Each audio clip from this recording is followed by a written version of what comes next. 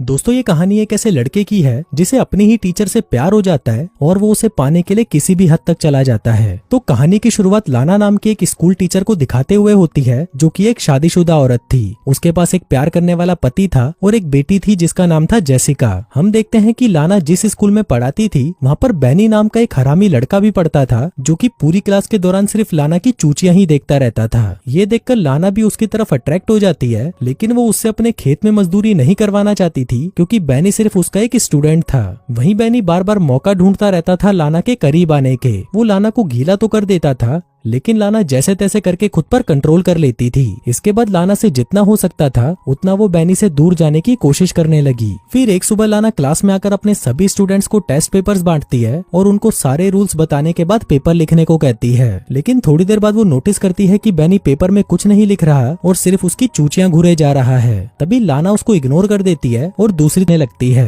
फिर क्लास के बाद लाना अपनी बेटी जेसिका को स्कूल से लेने जाती है। जेसिका यहाँ पर बताती है कि स्कूल एकदम बोरिंग है और मेरे साथ पढ़ने वाले सभी चूतिए हैं। आगे जब लाना अपनी बेटी को कार में बिठा रही थी तभी उसकी नजर बैनी पर पड़ती है जो कि वहाँ पर अपने कुत्ते को टहला रहा था। अब लाना भी कुछ देर तक बैनी को वहाँ पर घूरती है जिसके बाद वो अपने घर की तरफ निकल जाती है। अगले दिन लाना की एक स्टूडेंट लीसा क्लास में प्रेजेंटेशन दे रही थी। तभी लाना की नजर दो लड़कियों पर पड़ती है जो कि अपने फोन पर अश्लील फिल्में देखकर हंस रही थी। लाना उन्हें वार्निंग देती है और फोन को अपने बैग में रखने को कहती है, लेकिन जब वो दोनों लड़कियां उसकी नहीं सुनती तो लाना उनसे उनका फोन मांग लेती है और कहती है कि अब तुम ये फोन क्लास के बाद में ही लेना। लेकिन तभी वहाँ पर एक लड़की लाना को फटी फुद्दी कहकर बुलाती है जिसको सुनकर पूरी क्लास लाना पर हंसने लगती है। अभी सुनकर लाना गुस्सा हो जाती है और उस लड़की को क्लास में से निकाल देती है। फिर ब्रेक टाइम पर जब लाना कॉफी पी रही थी तभी उसकी नजर बैनी पर पड़ती है जो कि एक लड़की को परेशान कर रहा था। बैनी उस लड़की का सारा सामान सड़क पर फैला देता है जिसके बाद वो उसकी साइकिल को भी उठाकर फेंक देता है। आगे हम लाना को देखते हैं जो कि स्टाफ रूम में अपनी एक दोस्त से बातें कर रही थी। वो उसे बताती है कि बैनी एक बहुत ही अजीब लड़का है और वो हर वक्त सिर्फ मेरी चूचियां ही देखता रहता है। मुझे कुछ समझ नहीं आ रहा कि मैं उसका क्या करूं। तभी उसकी दोस्त कहती है कि तुम कुछ मत करो, बस उसके आगे घोड़ी बन जाओ, बाकी जो करना है उसी को करना है। लाना कहती है कि भीसड़ी की तुझे बोला किसने ज्ञान देने के लिए, जो करना है मैं खुद कर लूंगी। अगले दिन क्लास में लाना बैनी से कहती है कि मुझे तुमसे कुछ बात करनी है, जिसके बाद वो उसे एक खाली क्लासरूम में ले जाती है और बैठने के लिए कहती है। लाना उससे पूछती है कि तुम्हें स्कूल कैसा लग रहा है, तुम्हें मजा आ रहा है या नहीं। बैनी कहता है कि हाँ, बस वो छोटी मोटी चूचियां देखकर काम चल जाता है, आप बताओ आप क्या चाहते हो मेरे से। लाना कहती है कि मुझे बस तुम्हारी चिंता है और तुम्हें क्लास की लड़कियों के साथ बुरा बर्ताव नहीं करना चाहिए। जिसके बाद वो उसके घुटने पर हाथ रखते हुए कहती है कि अगर तुम्हें कोई भी मदद की जरूरत हो तो तुम बिना किसी झिझक के मुझे बोल सकते हो। लेकिन तभी बैनी उसके हाथ की तरफ देखकर मुस्कुराने लगता है तो लाना अपना हाथ हटा लेती है। बैनी कहता है कि मुझे तो नहीं लगता कि तुम मेरी मदद कर सकती हो। लाना कहती है कि मुझे तुम्हारे भविष्य की चिंता है, तुम तो पिछले टेस्ट में भी फेल हो गए थे और मुझे समझ नहीं आ रहा कि तुम अपनी जिंदगी में क्या करोगे। अब लाना की ये बातें सुनकर बैनी हंसने लगता है और कहता है कि जाने मन ये सब फालतू की बातें छोड़ो और जल्दी से मेरे लिए घोड़ी बन जाओ। अभी सुनकर लाना घबरा जाती है और मीटिंग का बहाना लगाकर वहाँ से चली जाती है। लेकिन जाने से पहले वो उसे कहती है कि तुम मेरी बातों पर गौर करना। अगली सुबह हम लाना को देखते हैं जो कि जॉगिंग करके एक झील के पास जाकर रुक जाती है। अब यहाँ से सीन शिफ्ट होता है और हम क्लासरूम में देखते हैं जहाँ पर बैनी का बैग जमीन पर पड़ा हुआ था। तभी लाना वहाँ पर आती है और आसपास देखती है कि कोई उसको देख तो नहीं रहा। जिसके बाद वो बैनी के बैग में से उसके स्वेटर को निकालकर सूंघने लगती है। आगे उसे बाथरूम में से कुछ आवाजें आती हैं तो वो देखने के लिए बाथरूम में चली जाती है। वो नल से पानी पीती है। जिसके बाद वो जैसे ही ऊपर देखती है तभी पीछे से बैनी उसके पास आ जाता है। वो उसकी चूचियां दबाने लगता है और उसे चूसने लगता है। लेकिन तभी लाना उसे रोक देती है और कहती है कि हम दोनों के बीच में ये सब नहीं हो सकता। वो कहती है कि अगर फिर भी तुमने ये सब किया तो मैं तुम्हें स्कूल से निकलवा दूंगी। ये बोलकर वो जैसे ही जाने लगती है तभी बैनी उसे कहता है कि मुझे ये सब करना है। लाना कहती है कि मैं अपने किसी भी स्टूडेंट से मजदूरी नहीं करवा सकती। फिर क्लास वापस जाते वक्त बैनी लाना से कहता है कि मुझे स्कूल के बाद तुमसे अकेले में मिलना है, लेकिन लाना उसे मिलने से मना कर देती है। फिर बातें करते हुए वो लोग सीढ़ियों के पास चले जाते हैं जहाँ पर लाना बैनी से कहती है कि मेरा कुआं प्यासा तो है लेकिन मैं उसमें तुम्हारे पाइप से पानी नहीं भरवा सकती, इसलिए बेहतर यही होगा कि तुम मुझे भूल जाओ। जो कहकर वो वहाँ से चली जाती है। फिर स्कूल से बाहर आकर जब लाना अपनी कार के पास जाती है तो वो देखती है कि उसकी कार का साइड मिरर टूटा हुआ था और उसकी कार पर स्क्रैच छाए हुए थे। आगे लाना जेनिफर को लेने के लिए स्कूल जाती है, लेकिन अभी उसकी छुट्टी में टाइम था तो वो वहाँ पर बहुत बोर हो रही थी। अब यहाँ से सीन शिफ्ट होता है और हम लाना को उसके घर पर गार्डनिंग करते हुए देखते हैं। तभी उसका पति उससे पूछता है कि तुम्हारी कार पर स्क्रैच कहाँ से आए। लाना कहती है कि मैं ड्राइविंग करते हुए एक खंबे से टकरा गई। पति कहता है लेकिन खंबे पर तो ऐसे स्क्रैच नहीं आते। इस पर लाना उसे कहती है कि भीसड़ी के अपना काम करो और मुझे मत सिखा। अगले दिन क्लास में लाना अपने स्टूडेंट्स को इंटर्नशिप के लिए एक लेटर लिखने को कहती है और सबसे पूछती है कि किसी को कोई सवाल तो नहीं पूछना। तभी बैनी अपना हाथ खड़ा करता है और उससे पूछता है कि क्या आप अपनी जॉब छोड़ रही हो, क्योंकि मैंने आपको प्रिंसिपल के पास जाते हुए देखा था।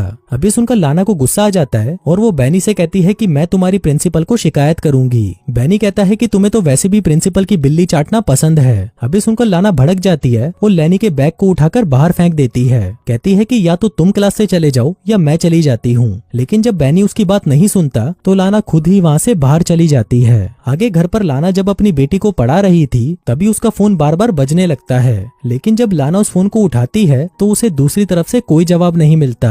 फिर अगले दिन जब लाना स्कूल जाती है तो अपनी क्लास में बैनी को अकेला बैठा देखकर वो डर जाती है और स्कूल की रिसेप्शनिस्ट को जाकर कहती है कि आज मेरी तबीयत ठीक नहीं, जो कहकर वो वहाँ से चली जाती है। फिर रात को डिनर बनाते वक्त उसका हस्बैंड उससे पूछता है कि तुम्हारा आज का दिन कैसा रहा, जिस पर लाना उसे झूठ बोल देती है कि मैं पूरे दिन क्लास में पढ़ा रही थी। फिर अगले दिन जेनिफर को स्कूल छोड़ने के बाद लाना अपने काम पर नहीं जाती और एक नदी के किनारे रुककर वहाँ पर कुछ सोचने लगती है। इसके बाद वो एक म्यूजियम में चली जाती है और थोड़ी देर वहाँ पर पेंटिंग्स को घूरती रहती है। इसी दौरान वो वहाँ पर बैनी को देखती है जो कि उसे ही घूर रहा था।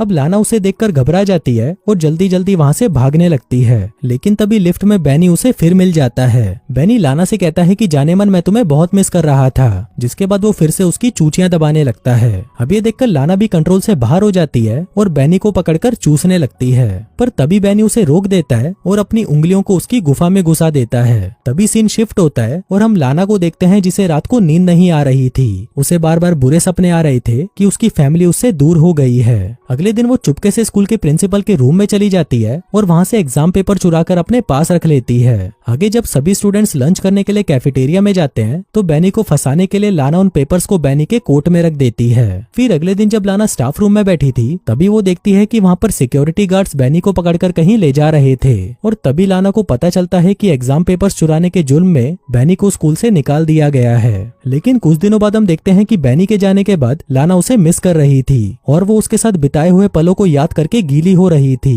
फिर एक दिन लाना और जेनिफर एक बुक स्टोर में जाते हैं। यहाँ पर जेनिफर एक खिलौने को देखकर उसे खरीदने की जिद करने लगती है, लेकिन लाना उसे खरीदने से मना कर देती है। आगे जब लाना स्टोर से बाहर आती है तो वो देखती है कि जेनिफर उसके साथ नहीं है। लाना उसे ढूंढने लगती है और बहुत देर तक ढूंढने के बाद जब वो उसे नहीं मिलती तो लाना सिक्योरिटी गार्ड के पास जाकर उसे सीसीटीवी की फुटेज दिखाने को कहती है। फिर सीसीटीवी फुटेज में वो देखती है कि बैनी उन दोनों का पीछा कर रहा था, जिसके बाद जेनिफर स्टोर से बाहर चली गई। अभी देखकर लाना घबरा जाती है, पर तभी उसे उसके पति का फोन आता है कि जेनिफर मेरे साथ है। अभी सुनकर लाना खुश हो जाती है और सिक्योरिटी गार्ड से माफी मांगकर वहाँ से चली जाती है। उस रात जब उसका परिवार सो रहा था तभी लाना को बार बार दरवाजे पर नॉक करने की आवाज आती है। लाना बाहर जाकर देखती है तो वहाँ पर कोई नहीं होता। फिर वो दरवाजा लॉक करती है और तभी वो इमेजिन करने लगती है कि वो बैनी के साथ दबा दबा कर मजदूरी कर रही है। अगली सुबह लाना बैनी के घर पहुंच जाती है और थोड़ी दूर पर अपनी गाड़ी को रोककर बैनी का वेट करने लगती है। आगे जब बैनी अपना स्कूटर निकाल के वहाँ से जा रहा था तभी लाना भी अपनी कार से उसका पीछा करने लगती है।